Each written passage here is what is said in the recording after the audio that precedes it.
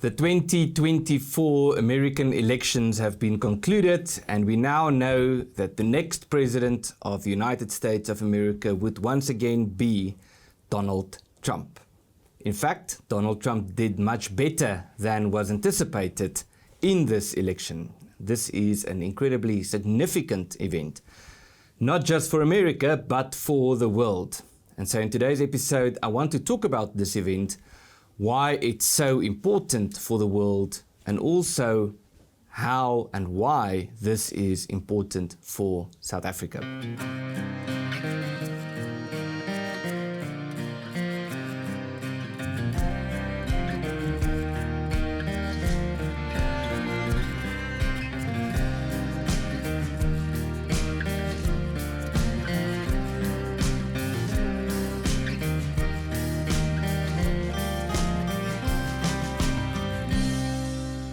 Now let me start by making a few quick remarks about the Afrikaner Foundation and our focus with the Pioneer podcast.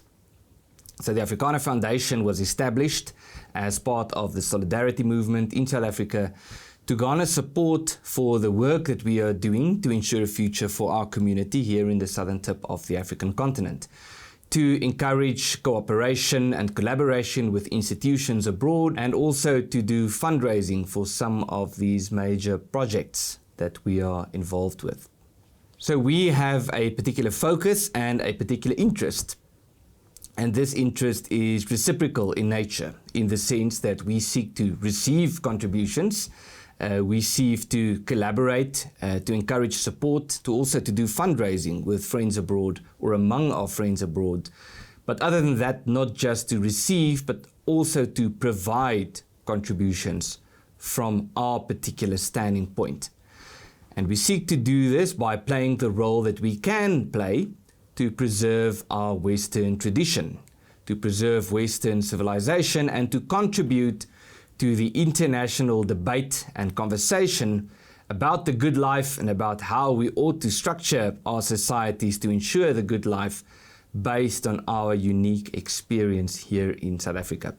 And so from this perspective, it is not in our interest to endorse candidates participating in elections outside of South Africa, on other continents, or to choose sides in international wars and so forth. Doing so would not achieve much, but it is in our interest to focus on the underlying issues and to participate in these discussions. And one of the most important underlying issues of our day and age is the way in which we understand and deal with and respond to reality. Because in many ways, the conflict in the world today could be described as a war against reality, or a war not to recognize reality for what it is and to change reality into something that it isn't, but that it allegedly ought to be. And so that is what I want to discuss in this episode. Reflecting back on the American elections and the election of Donald Trump in particular, there are some very important underlying issues that we need to deal with, and with regard to which we believe we can contribute here from the southern tip of the African continent. In many ways, the struggle that is going on in the world today could be described not only as a war against reality, or put in different words, as a struggle between the preservers and the dissolvers. In other words, those who want to preserve certain things and those who want to dissolve these things or destroy these things. G.K. Chesterton famously said that if you walk in a field and you come across a fence, before you decide to destroy or take down that fence, it might be a good idea to first and foremost figure out or determine why that fence was erected in the first place. And so the world that we live in today is in fact a world full of fences, a world in which a bunch of rules and practices have been set up over time, and for good reason, even though today we might not know at first glance why this is the case. And so I can reference Donald Kingsbury in this regard, who said that tradition is a set of solutions to which we have forgotten the problems. In other words, We structure our lives according to our traditions and according to our cultures, because through our interaction with reality as a community, we develop these traditions and cultures in a way of making sense of the world and in a way of promoting the good life. And so the most basic underlying fact that we ought to point out here is that we cannot truly move forward if we do not show some form of an appreciation for the past, if we do not live in gratitude for the past. And saying this is by no means an allegation that the past was perfect. In fact, it is a recognition that many things happened in the past that were bad and horrible, and with regard to which we can learn some important lessons, but also that there are many good things in the past, that many good things have sprouted from the past, and that we ought to live gratefully for the wonderful things that we have inherited, that we can enjoy today as a result of the work of people who are not alive anymore. And so D.C. Schindler has remarked that the most basic fact underpinning this conflict today is a rejection of Christianity. And there's an important reason why D.C. Schindler says this. It's because Christianity teaches us that we as human beings are actually quite small, and that we are in a big world, that we do not necessarily understand everything about the world, but that we have a role to play in trying to make sense of the world, in appreciating the world, and in fulfilling our responsibilities toward each other and to preserving this world. So we might say that we are in a hierarchy, and that we are pretty much at the bottom of the hierarchy. And above us in this hierarchy are things like God, tradition, culture, families, and so forth. And that we as mere individuals are pretty much at the bottom. Modern ideologies, however, seek to flip this hierarchy by telling us that we are actually at the top of the hierarchy. That reality is not an objective thing that we ought to discover, but that reality is subjective. In other words, that reality is not something that we have to deal with the way it is, but reality is something that we can decide what it is. So you can, for example, according to these modern ideologies, decide that something is true, in that case making it true. You can decide that something is not true, and in that case it is not true. Modern ideologies teach us that if you are a Christian, if you believe in God, that means that God exists. But modern ideologies then also teach us that if you are an atheist, that means that God does not exist. So what you decide reality to be is what reality becomes. And so Schindler's argument is that this is a flipping of the hierarchy. All the things that Christianity teaches us are above us in the hierarchy are now below us. And for this reason, Schindler's claim is that the struggle of our age is one between different conceptions of freedom. The one he describes as freedom from above and the other as freedom from below. With freedom from above, he means that we recognize that we are at the bottom of the hierarchy and that we receive certain things from above us in this hierarchy which makes us free. In other words, we are free when we fulfill our responsibilities and our obligations toward these things, as opposed to freedom from below, which suggests that we are at the top of the hierarchy and we decide what reality below us becomes. And so I want to link this point to some recent remarks made by Professor Dani Goosen, academic head of academia, during a recent event where he was honored for his life contribution. And Goosen's focus at this event during his speech was to focus on our understanding of reality, our frame of reference of reality. And he made the point that if your frame of reference is to think of life as a gift, to think of what you have as something that you have received that you do not necessarily deserve, then your frame of reference would necessarily be one of gratitude, and you would necessarily have a desire to preserve these things. However, if your frame of reference is one in which you think of reality as a mere coincidence, in which things, reality as we know it, the earth and so forth, merely incidentally evolved in a particular way, at best you can have a very severely limited sense of gratitude and appreciation. And so the cornerstone of Western tradition, we might say, has always been one of gratitude and appreciation, and of trying to fulfill your responsibilities by honoring these things that you have received.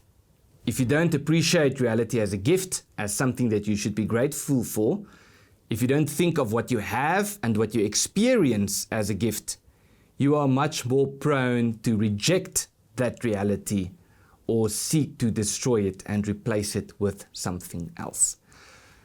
This is why one of the great Afrikaner philosophers, MP van Wyk Louw, said that it is our responsibility to carry this treasure that we have inherited safely through the crowd. Why Paul Kruger, one of the great Boer heroes, said that it is our responsibility to look into the past, to find the good and the beautiful that we could see in the past, to build our ideals on these things for a better future. Why Edmund Burke remarked that society is in fact a covenant, that we live in a covenant, or a contract you might say, between those who are alive today, those who have already passed away, and those who have not yet been born.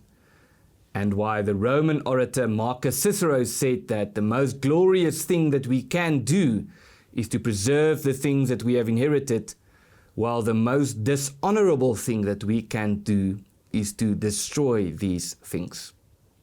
And so this brings us back to America and the recent elections. In many ways, we could say that this was not really an election on Kamala Harris, but primarily an election on Donald Trump. Those who voted for Donald Trump voted for him because they wanted him to be the president.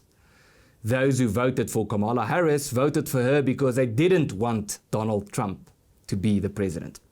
But what we have seen during this election, and possibly one of the great contributing factors to Trump's victory, is a very significant pushback to wokeness and leftist ideology that has gone off the rails. It's quite significant to see how moderate the Democrats presented themselves during this election, not championing wokeness and all of these things that they did before the election started, presenting themselves as quite moderate, when in fact before the election they took much more radical leftist positions in many cases. The fact that they did this is in a very important way a concession that wokeness and leftist ideologies are not relatable, that people do not want this, and they know that if they pursue these issues during the elections, it would be to their detriment. But it turns out that pursuing these things before the elections was already enough to punish them during the elections. But the point that I want to make in this episode of the Pioneer Podcast is that wokeness is probably not our greatest threat. It does seem sometimes that wokeness is a greater threat to the left than to the right, in the sense that it could lead to the destruction or self-destruction of the left, while consolidating support for parties and groups who are more on the right, in the sense that it is pushing moderate people into becoming conservatives.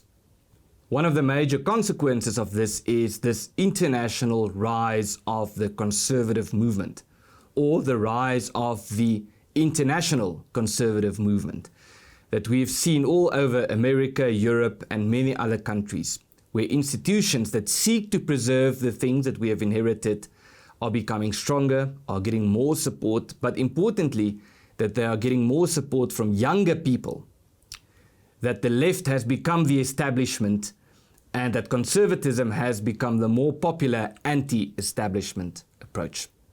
But I want to tie this in with a few remarks about Sam Harris, the host of the Making Sense podcast, that ties in with many of the issues that I've now discussed. In Harris's book, The Moral Landscape, he talks about the rejection of our ancestors, and Harris's view is that rejecting our ancestors is a sign of progress. And the extent to which we reject the things that our ancestors have done could be seen as an indication of the extent to which we are making progress as a society. And in a certain sense, we might then hope that we would one day be rejected by our descendants, because that would be a sign that they have made even more progress. Of course, a very strong indication of this underlying ideology that claims that we need to reject the things that we have inherited as opposed to preserving them. Sam Harris famously said that if Joe Biden is found to have the dead bodies of children in his basement, he would still vote for him because that would still be a better alternative to Donald Trump. During a debate in the run-up to the election between Sam Harris and Ben Shapiro, Harris made the remark that Donald Trump is a fascist and that if he were to win the election, he would lead America down the road of fascism. To which Shapiro replied that if this is truly the case, if it truly is the case that Donald Trump is a fascist and that America would become some form of a fascist dictatorship if he were to win, why are people like Harris not doing more to prevent this from happening? If this is truly the case, then surely voting is not enough. It's not enough to merely vote against fascism. You need to do more. It's quite remarkable to see how Harris then backpedaled on his argument, saying that while he maintains that Trump is a fascist, he is quite assured that the American institutions would be able to deal with that.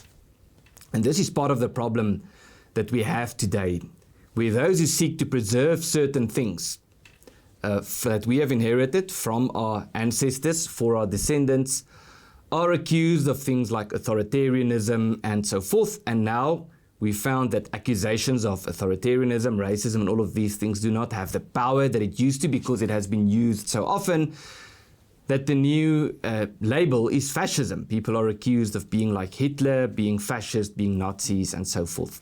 When those making the accusations know very well that this is not the case. Because to say that Donald Trump is like Adolf Hitler is also to say that Adolf Hitler is like Donald Trump, which is a very alarming expression of Holocaust denialism. The point is that we are in a struggle for the preservation of what we have inherited against those who wish to destroy these things, while calling us authoritarian for trying to preserve these things. We ought not to be derailed in our attempts to do this. We should not let our sense of morality and justice be determined by those who actively seek to destroy the very things that we seek to preserve. And in this sense, South Africa is an important case study, as we have pointed out many times on this podcast and will keep pointing out in the future. Hi, I'm Adam Strutz. If you support this podcast and the work that we are involved with as the Afrikaner Foundation and the broader solidarity movement in South Africa, I want to encourage you to become a more active supporter. You can do this first and foremost by subscribing to our various social media channels, by leaving a comment and sharing what you have seen. But other than that, also by making a small monthly contribution to the work that we are doing through the Afrikaner Foundation's website or by making a once-off donation. Links in the description.